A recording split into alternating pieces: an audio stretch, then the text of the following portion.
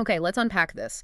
We're about to dive into how a seemingly simple element, preserved flowers, is really changing the game in the luxury beauty industry, specifically around gifting and that all-important unboxing experience. It's way more strategic than you might think. Absolutely. And for this deep dive, we're leaning on some really fantastic insights that come directly from Annie Zhang, who's the CEO of Sweetie Gifts. Oh, interesting. What's her background? Well, she's got 2 decades in the flower industry, 20 years, Hmm. and a truly global view. Think US, Europe, Australia, Japan, South Korea. Wow, okay. Plus, crucially, she has this deep understanding of the Chinese flower supply chain.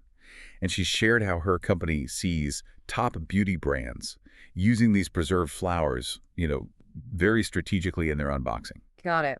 So our mission today for you listening is to really get under the skin of why this trend is taking hold. It's not just pretty packaging. We want to explore exactly how brands are pulling it off and critically, what's the measurable impact? Is it actually working?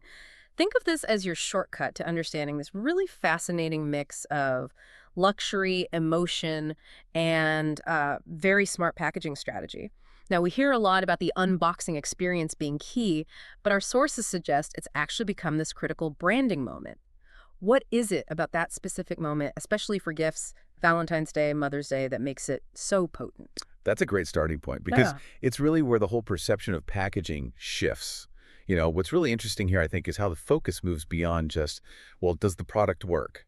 Is the lipstick good? Right. The functional aspect. Exactly. It moves to something richer. It becomes about the story, the emotion, the memory you create. And preserved flowers, they're becoming the sort of go-to design element for these high-end beauty brands. Why? Because they tap into that psychological bit, that unexpected beauty. Ah, It turns what could be just a transaction, opening a box, into this moment of like genuine delight. Perceived value goes way up. It's yeah. about creating this tangible keepsake almost Yeah. that extends the feeling of the gift. And that's a powerful way for a brand to tell its story. That sensory experience you mentioned, that's really the core of it, isn't it? Mm. And it's not just talk. We've actually got some great concrete examples brands will probably recognize, like Armani Beauty. They did this eternal love box for Valentine's Day. Picture this. Lush, preserved red roses in this really dramatic black and red setup. Very striking. Exactly. And the rose wasn't just random. Its scent profile actually matched the fragrance note, evoking that whole enduring love theme. And here's the key thing, box structure, the way the flowers were presented was co-developed, designed with the unboxing drama in mind, not just stuck in later. That integration is crucial, Totally. Then there's 3CE, that's a big Korean brand, yeah, for their 520 gift box. which is like China's Valentine's Day, right? Yeah, exactly. May 20th. They use these lovely blush tones, preserved pink roses nestled around a blush palette and a lipstick. Perfect match with the product colors, and it captured the whole vibe of the 520 festival. And they even specified, get this, Yunnan Plateau roses. Oh, really? Why those specifically? Apparently, they're known for having really dense petals and incredibly saturated color. Just adds that extra layer of premium feel, perceived value again. All about those details. Absolutely. We also saw Perfect Diary and Winona doing similar things, customizing their flower colors. Winona, for instance, used just a single red preserved rose, but in this very clean white design. Interesting contrast. Yeah, it kind of echoed their brand, dermatological purity, that sort of thing, and it tied into a love-themed campaign they had running. So you can see the level of thought going into the visuals. Now, practically speaking, how do they actually get these flowers into the box securely? Good question. Packaging teams usually lean on 3 main systems. First, you've got glass domes with custom pedestals.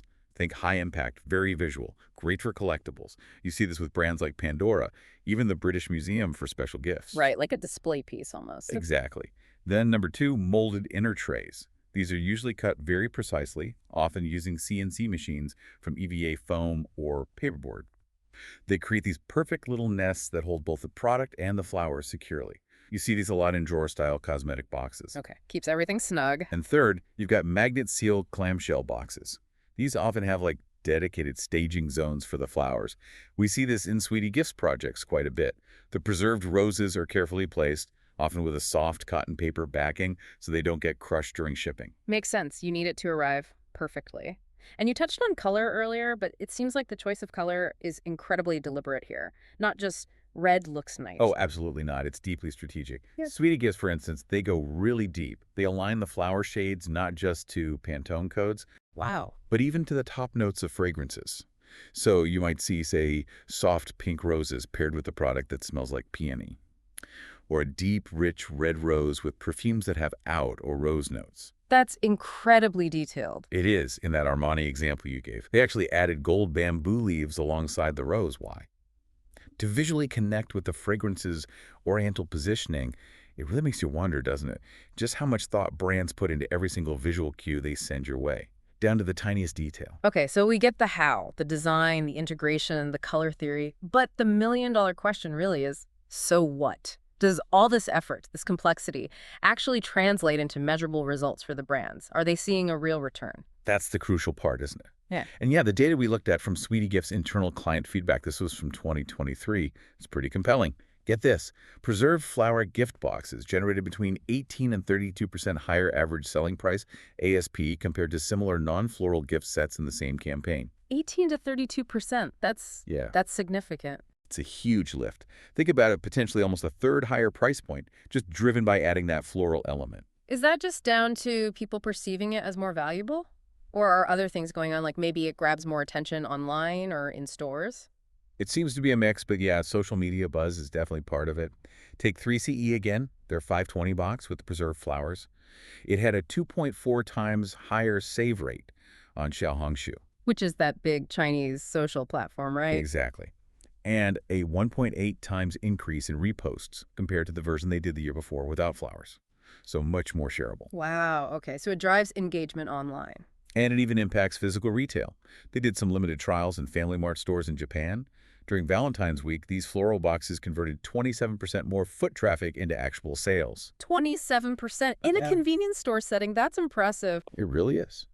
And buyers, gifting managers, they consistently say the same thing. These floral elements boost perceived value, and they definitely improve gifting conversion rates, especially right there in the store where that visual pop matters so much. So if you connect the dots, it's pretty clear these aren't just, pretty decorations. They're actually driving the business forward. Sure. Strategically. It's fascinating how perfectly this fits with today's social media world, too. TikTok, Instagram Reels, that unboxing moment needs to have visual punch. It needs to spark some kind of emotion to really take off. How are these brands using the flowers specifically to get that viral, shareable quality? They're absolutely nailing it. I mean, think about it. A lot of beauty products, once they're out of the packaging, can look quite similar. It's true. But when you open a box and there's a perfect preserved rose nestled next to that lipstick or perfume, it instantly makes the whole thing feel, well, intentional and cinematic, as our source put it. Cinematic, I like that. It gives you that immediate wow factor. Yeah. That's the stuff people want to share. And we've seen user comments on social media, things like, wow, I didn't expect to get this emotional opening a lipstick box. Really? People say that? Yeah. Yeah. It really shows you the kind of deep connection these designs can forge with you, the consumer. It elevates it beyond just reviewing a product. It becomes about sharing a personal, almost cherished experience. Okay, this sounds really effective, but if you're, say, a product manager listening to this or someone in packaging and you're thinking, okay, I want to do this, are there potential, pitfalls, things you need to watch out for? Definitely. Our sources had some advice on executing this well, right? Absolutely. It's not something you can just slap on at the last minute. Annie Zhang's experience offers some really critical pointers. First, and maybe most importantly, engage early. You have to think about the flowers from the start. Why? Because they affect the box dimensions, the materials you use, even shipping costs. Trying to add them late just rarely works well. Right, it needs to be integrated, not an afterthought. Exactly. Second, choose proven supply partners.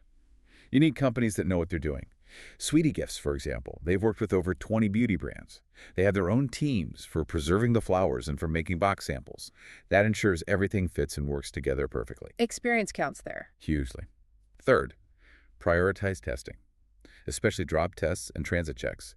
Good partners will offer mock-up shipping tests. They simulate everything, pressure, humidity changes, how it sits on a shelf. You absolutely need that flower to arrive looking pristine. Yeah, a squashed rose kind of defeats the purpose. Completely. Yeah. Fourth recommendation, customize by campaign. Don't just use the same red rose for everything. Valentine's Day has a different feel than, say, Mother's Day or 520 or Kixie. Each occasion has its own emotional tone. Match the flower palette to that. Makes sense. Tailor the emotion. And finally, think modular. This is quite practical. If you use modular inserts inside the box, you can potentially switch out different products without having to redesign the entire floral structure every single time. Gives you flexibility, saves on tooling costs. Some really solid practical advice there. Okay, let's sort of bring this all together. We've unpacked quite a bit. What's the one thing that really stands out to you about how these preserved flowers are managing to turn, a simple product into something more? For me, the biggest insight is this. It's not just about making things look nice. It's not just aesthetics.